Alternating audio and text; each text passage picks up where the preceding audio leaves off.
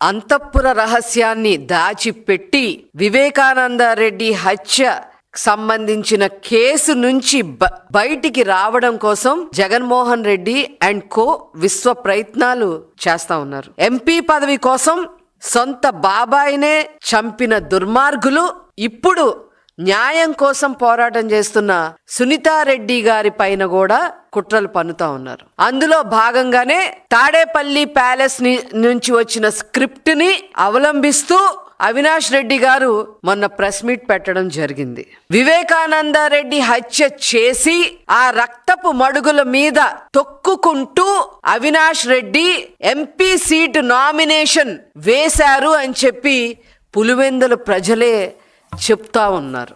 ఇంకొక పక్క Kadapa MP seat కోసమే బాబాయిని హత్య చేశారు అని చెప్పి స్వయంగా వైఎస్ రాజశేఖర్ రెడ్డి కూతురు జగన్మోహన్ రెడ్డి గారి సొంత చెల్లెలైన షర్మిల సిబిఐకి వాంగ్మూలంలో చెప్పడం జరిగింది. దీని గురించి మాట్లాడే దమ్ము ధైర్యం అవినాష్ రెడ్డికి కానీ జగన్మోహన్ రెడ్డి గారికి కానీ ఉందా అని చెప్పి ఈ సందర్భంగా మేము అడుగుదలుచుకున్నాం.